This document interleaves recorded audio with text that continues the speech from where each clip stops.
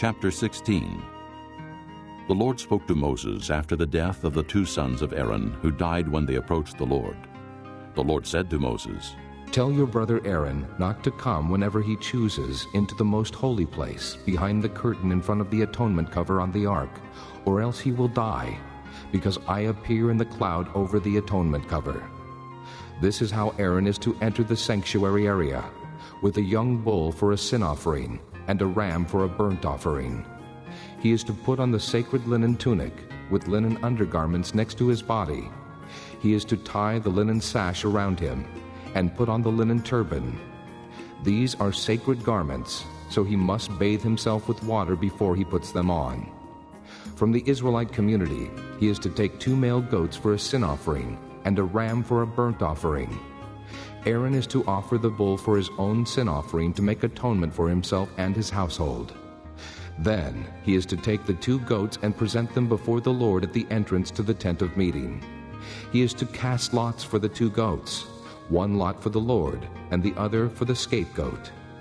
Aaron shall bring the goat whose lot falls to the Lord, and sacrifice it for a sin offering. But the goat chosen by lot as the scapegoat shall be presented alive before the Lord, to be used for making atonement by sending it into the desert as a scapegoat. Aaron shall bring the bull for his own sin offering, to make atonement for himself and his household. And he is to slaughter the bull for his own sin offering. He is to take a censer full of burning coals from the altar before the Lord, and 2 handfuls of finely ground fragrant incense, and take them behind the curtain. He is to put the incense on the fire before the Lord, and the smoke of the incense will conceal the atonement cover above the testimony, so that he will not die. He is to take some of the bull's blood, and with his finger sprinkle it on the front of the atonement cover. Then he shall sprinkle some of it with his finger 7 times before the atonement cover. He shall then slaughter the goat for the sin offering for the people, and take its blood behind the curtain, and do with it as he did with the bull's blood. He shall sprinkle it on the atonement cover and in front of it. In this way, he will make atonement for the most holy place, because of the uncleanness and rebellion of the Israelites, whatever their sins have been. He has to do the same for the tent of meeting, which is among them in the midst of their uncleanness. No one is to be in the tent of meeting from the time Aaron goes in to make atonement in the most holy place until he comes out, having made atonement for himself, his household, and the whole community of Israel. Then he shall come out to the altar that is before the Lord and make atonement for it. He shall take some of the bull's blood and some of the goat's blood, and put it on all the horns of the altar. He shall sprinkle some of the blood on it with his finger 7 times to cleanse it, and to consecrate it from the uncleanness of the Israelites. When Aaron has finished making atonement for the most holy place, the tent of meeting, and the altar, he shall bring forward the live goat.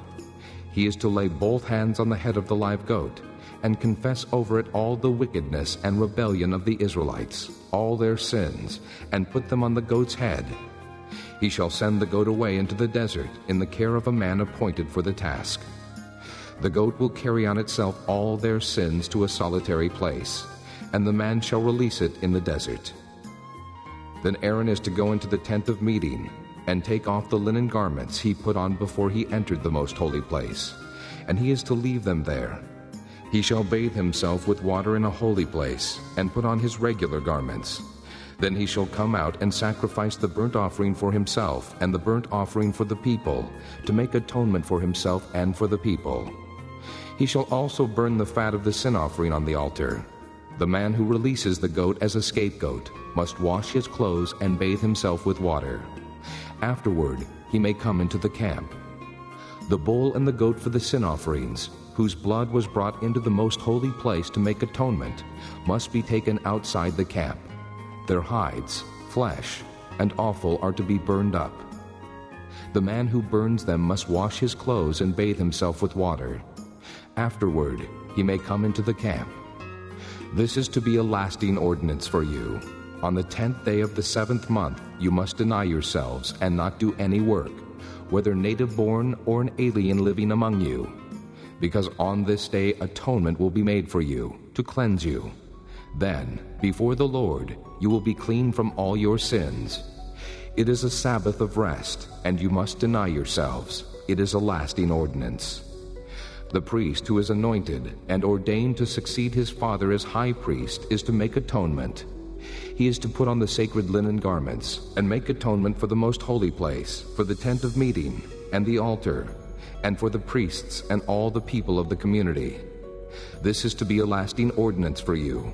Atonement is to be made once a year for all the sins of the Israelites. And it was done, as the Lord commanded Moses. Chapter 17. The Lord said to Moses, Speak to Aaron and his sons, and to all the Israelites, and say to them, This is what the Lord has commanded. Any Israelite who sacrifices an ox, a lamb, or a goat in the camp or outside of it, instead of bringing it to the entrance to the tent of meeting, to present it as an offering to the Lord in front of the tabernacle of the Lord, that man shall be considered guilty of bloodshed. He has shed blood and must be cut off from his people. This is so the Israelites will bring to the Lord the sacrifices they are now making in the open fields. They must bring them to the priest, that is, to the Lord, at the entrance to the tent of meeting, and sacrifice them as fellowship offerings. The priest is to sprinkle the blood against the altar of the Lord at the entrance to the tent of meeting, and burn the fat as an aroma pleasing to the Lord. They must no longer offer any of their sacrifices to the goat idols to whom they prostitute themselves. This is to be a lasting ordinance for them and for the generations to come. Say to them, Any Israelite or any alien living among them who offers a burnt offering or sacrifice and does not bring it to the entrance to the tent of meeting to sacrifice it to the Lord, that man must be cut off from his people. Any Israelite or any alien living among them who eats any blood, I will set my face against that person who eats blood and will cut him off from his people. For the life of a creature is in the blood, and I have given it to you to make atonement for yourselves on the altar. It is the blood that makes atonement for one's life. Therefore I say to the Israelites, None of you may eat blood, nor may an alien living among you eat blood. Any Israelite or any alien living among you who hunts any animal or bird that may be eaten must drain out the blood and cover it with earth, because the life of every creature is its blood. That is why I have said to the Israelites, You must not eat the blood of any creature, because the life of every creature is its blood. Anyone who eats it must be cut off. Anyone, whether native-born or alien, who eats anything found dead or torn by wild animals, must wash his clothes and bathe with water, and he will be ceremonially unclean till evening. Then he will be clean. But if he does not wash his clothes and bathe himself, he will be held responsible. Chapter 11. The Lord said to Moses and Aaron, Say to the Israelites, Of all the animals that live on land, these are the ones you may eat. You may eat any animal that has a split hoof, completely divided, and that chews the cud.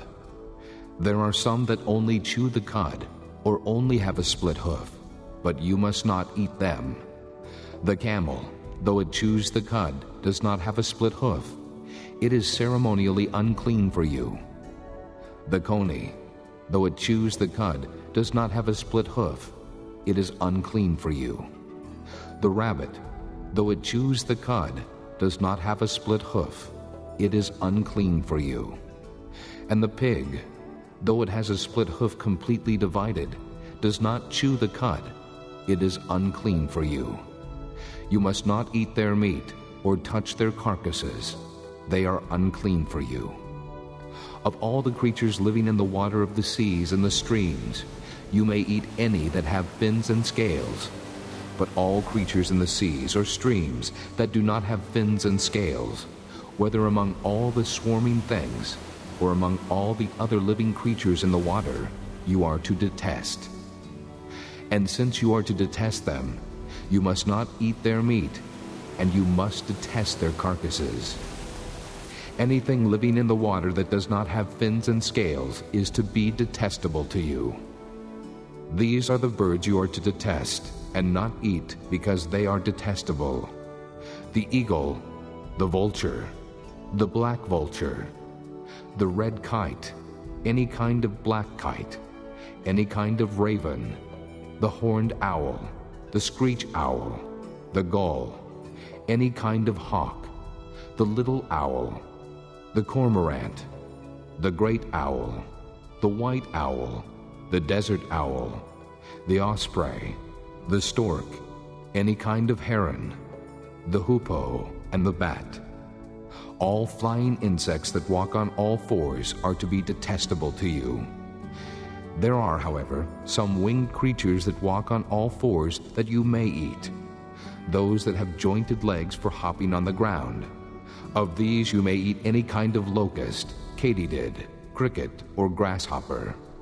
But all other winged creatures that have 4 legs you are to detest. You will make yourselves unclean by these. Whoever touches their carcasses will be unclean till evening.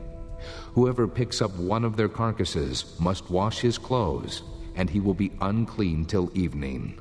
Every animal that has a split hoof, not completely divided, or that does not chew the cud, is unclean for you. Whoever touches the carcass of any of them will be unclean. Of all the animals that walk on all fours, those that walk on their paws are unclean for you. Whoever touches their carcasses will be unclean till evening. Anyone who picks up their carcasses must wash his clothes, and he will be unclean till evening. They are unclean for you. Of the animals that move about on the ground, these are unclean for you: the weasel, the rat, any kind of great lizard, the gecko, the monitor lizard, the wall lizard, the skink, and the chameleon. Of all those that move along the ground, these are unclean for you. Whoever touches them when they are dead will be unclean till evening. When one of them dies and falls on something, that article, whatever its use, will be unclean, whether it is made of wood, cloth, hide, or sackcloth. Put it in water, it will be unclean till evening, and then it will be clean. If one of them falls into a clay pot, everything in it will be unclean, and you must break the pot. Any food that could be eaten, but has water on it from such a pot, is unclean, and any liquid that could be drunk from it is unclean. Anything that one of their carcasses falls on becomes unclean. An oven or cooking pot must be broken up. They are unclean, and you are to regard them as unclean. A spring, however, or a cistern for collecting water remains clean, but anyone who touches one of these carcasses is unclean. If a carcass falls on any seeds that are to be planted, they remain clean.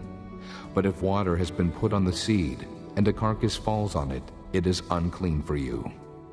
If an animal that you are allowed to eat dies, anyone who touches the carcass will be unclean till evening.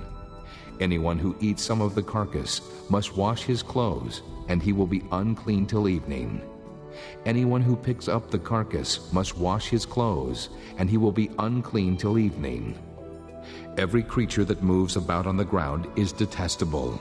It is not to be eaten. You are not to eat any creature that moves about on the ground, whether it moves on its belly or walks on all fours or on many feet.